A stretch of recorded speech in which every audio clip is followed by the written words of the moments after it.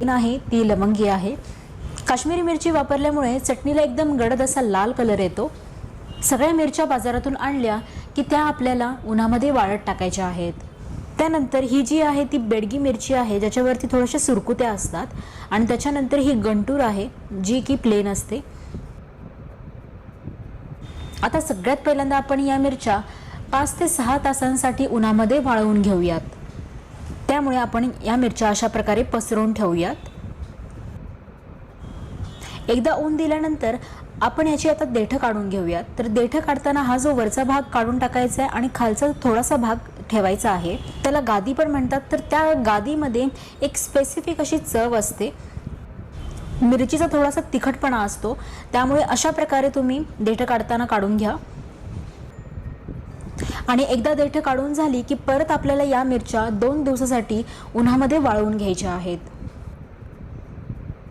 मिरच्या झाला की आपण आता लसणाकडे वळूयात। तर इथे मी 1.5 किलो लसणाच्या पाकळ्या घेतलेल्या आहेत। याची सालं पटकन निघावी यासाठी एक ट्रिक आहे, ती म्हणजे याच्यामध्ये तुम्ही अर्धा चमचा तेल टाका आणि चोळून घ्या। तेल लावल्यानंतर आपण याला मिरचीसारखेच 3 दिवस उन्हामध्ये वाळवून घेऊ। सालं पटकन निघण्यासाठी आणखीन एक ट्रिक आहे, ती म्हणजे एक मूठभर ज्वारीचं पीठ घेऊन 2-3 चमचे तेलाचे ड्रॉप्स तुम्ही लसणाच्या पाकळ्यांना चोळून घ्या, त्याने पण सालं लगेचच निघतात। तर आता मी हे उन्हामध्ये वाळवून घेते।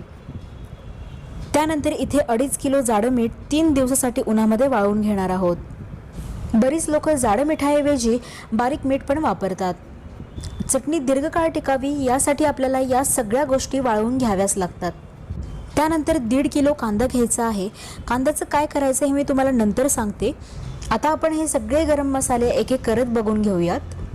हे सगळे साहित्य मी योग्य प्रमाणाचं हे डिस्क्रिप्शन बॉक्समध्ये दिलेले आहे, तिथे तुम्ही पाहू शकता। आता सगळ्यात आधी धणे 750 ग्रॅम, जिरे 250 ग्रॅम, शहाजिरे 40 ग्रॅम, सफेद तीळ 150 ग्रॅम, बडीशेप 150 ग्रॅम, खसखस 50 ग्रॅम, दगडफूल 25 ग्रॅम, दालचिनी 100 ग्रॅम, काळी मिरी 75 ग्रॅम, लवंग 75 ग्रॅम, जायपत्री म्हणजे जावित्री 25 ग्रॅम, रामपत्री 25 ग्रॅम, तमालपत्री 30 ग्रॅम, चक्रीफूल 40 ग्रॅम, मसाला वेलची 25 ग्रॅम, हिरवी वेलची 10 ग्रॅम, सवरेगड्डे 50 ग्रॅम, हिंग खडा 25 ग्रॅम, चिरफळ 10 ग्रॅम, ही अशा प्रकारची चिरफळ असते, नाकेश्वर 10 ग्रॅम, ही थोडीशी काळी मिरीसारखी असते, सुंठ 25 ग्रॅम, 1 लिटर शेंगदाण्याचं तेल,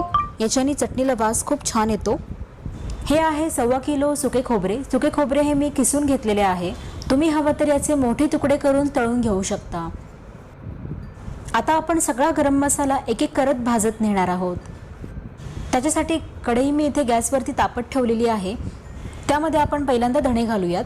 धणे छान भाजले गेले पाहिजेत। मंद गॅसवरती रंग बदलेपर्यंत आपण हे भाजून घेऊयात। साधारण मला इथे 5 ते 6 मिनिटं लागलेली आहेत धणे भाजायला। धणे भाजल्यावरती खूप खमंग वास सुटतो, तेव्हा ओळखायचे की धणे भाजले गेलेले आहेत। धणे आता आपण एका भांड्यामध्ये काढून घेऊ। त्यानंतर जिरे पण वास सुटेपर्यंत भाजून घेणार आहे। आपण जेव्हा मसाले भाजतो तेव्हा मसाल्यांचा वास यायला लागतो, त्यावरून समजावे मसाले भाजले गेलेले आहेत। त्यानंतर परत आपण इथे बडीशेप घातलेली आहे। बडीशेप पण आपण वास सुटेपर्यंत थोडीशी भाजून घेऊ। त्यानंतर आपल्याला शहाजिरे 1-2 मिनिटांसाठी भाजून घ्यायचे आहेत। शहाजिरे जास्त भाजायचे नसतात।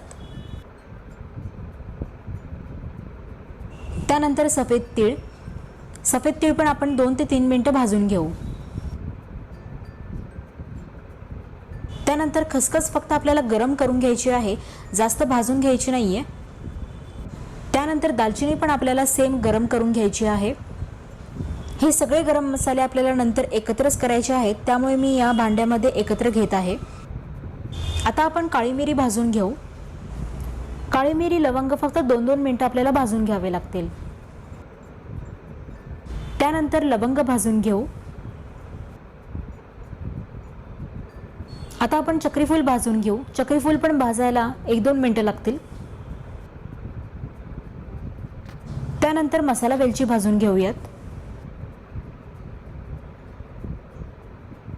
हिरवी वेलची भाजून घेऊयात।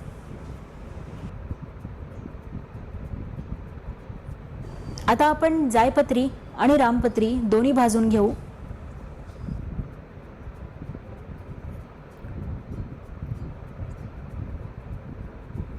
आता दगडफूल भाजून घेऊयात. दगडफूल इथे छान भाजून झालेले आहेत. याला वाडग्यामध्ये काढून घेऊ आणि मग सुंठ भाजून घेऊयात. त्यानंतर चिरफळ भाजायला घेतलेले आहेत. हे पण आपल्याला 1-2 मिनिटं भाजून घ्यावे लागतील. त्याच्यानंतर नाकेश्वर. इथे आपण बिना तेलाचे जे मसाले भाजायचे होते ते सगळे भाजून घेतलेले आहेत. आता आपण तेल वापरून जे मसाले तळणार आहोत ते तळून घेऊयात. तर इथे मी 1 चमचा कढईमध्ये तेल घेतलेलं आहे. त्याच्यामध्ये आपण हे तमालपत्र टाकू. तमालपत्र आपण 2 ते 3 मिनिटं तेलावरती भाजून घेऊयात. तमालपत्र झाल्यानंतर त्याच तेलामध्ये हिंगाच्या वड्या पण भाजलेल्या आहेत. हे भाजून झाल्यानंतर इथे मी अर्धा ग्लास तेल कढईमध्ये गरम करत ठेवलेलं आहे. तेल गरम झालं की याच्यामध्ये आपण सोरेगड्डे घालून तळून घेऊयात. तुम्ही इथे बघताय की तेलामध्ये किती छान असे फुलून वर आलेले आहेत. अशा प्रकारे आपल्याला छान तळून घ्यायचे आहेत. गरम तेलामध्ये हे छानपैकी फुलून येतात. इथे आपला संपूर्ण गरम मसाला भाजून झालेला आहे. हा मसाला थोडासा थंड झाल्यानंतर पिशवीमध्ये भरून ठेवा. लसूणला 3 दिवस ऊन झालेले आहे. तर त्याच्यानंतर मी इथे लसूण झोडपून त्याची सालं काढून घेतलेली आहेत. त्यानंतर खोबरे मी अशा प्रकारे खिसून घेतलेले आहे. तुम्ही हवं तर खोबऱ्याचे मोठे तुकडे करून तळून घेऊ शकता. खोबरे भाजण्याकरिता एका कढईमध्ये आपण 2 चमचे तेल घेऊयात. तेल गरम झाले की आपण खोबरे थोडे थोडे करत भाजून घेणार आहोत. चटणी चांगली दीर्घकाळ टिकावी यासाठी आपल्याला खोबरे चांगले लालसर कलर येईपर्यंत भाजून घ्यावे लागते. खोबरे चांगले भाजून झालेले आहेत. तर आता आपण हे एका वाटग्यात काढून घेऊ आणि राहिलेले खोबरे परत याच पद्धतीने भाजून घेऊ. चटणी करायच्या आदल्या दिवशी कांदा शिजवून घ्यायचा आहे. एका पातेल्यामध्ये मी कांदा घेतलेला आहे. तो गॅसवरती ठेवून मंद आचेवरती शिजवून घेणार आहे. पहिल्यांदा आपल्याला तेल न टाकता हा कांदा शिजवून घ्यायचा आहे. थोड्या वेळाने हा कांदा शिजत यायला लागतो. साधारण इथे कांदा शिजत ठेवल्यानंतर 1 तास झालेला आहे.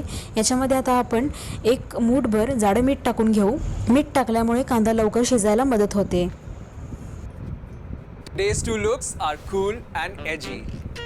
2 looks are cool and edgy. Let's go ahead and find क्या है? डियर क्रिएटर्स, आप कंटेंट बनाते हो कैसे कैसे? अब टैगिंग से बनाओ पैसे पैसे. अपने YouTube वीडियोस पर आसानी से प्रोडक्ट्स टैग करो और कमीशन बैक करो विथ YouTube शॉपिंग. मीठ टाकल्यानंतर इथे 15 ते 20 मिनिटांनी कांदा ब्राऊन व्हायला सुरुवात झालेली आहे. आता आपण याच्यामध्ये कढवलेलं तेल टाकून घेऊयात. त्यासाठी अर्धा लिटर शेंगदाण्याचं तेल इथे कढईमध्ये कढवून घेतलेलं आहे. त्यात आपण या कांद्यावरती ओतून घेऊयात. तेल टाकल्यानंतर परत 15 मिनिटं आपल्याला हा कांदा शिजवून घ्यावा लागतो.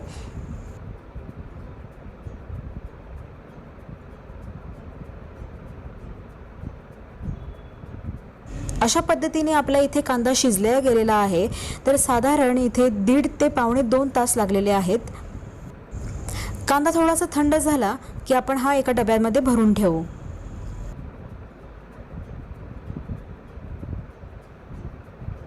दुसरीकडे मिरच्यांना आता 3 दिवस झालेले आहेत. पूर्णपणे या वाळलेल्या आहेत. पूर्ण कडक उन्हामध्ये आपल्याला या मिरच्या वाळवून घ्याव्या लागतात, नाहीतर चटणी खराब होण्याची शक्यता जास्त असते. मिरच्या भरून झाल्यानंतर हा जो बियांचा गाळा आहे ना, तो आपल्याला टाकून द्यायचा नाही आहे. तो आपण चटणीमध्ये वापरणार आहोत. त्यासाठी तुम्हाला या बिया थोड्याशा कढईमध्ये भाजून घ्याव्या लागतील.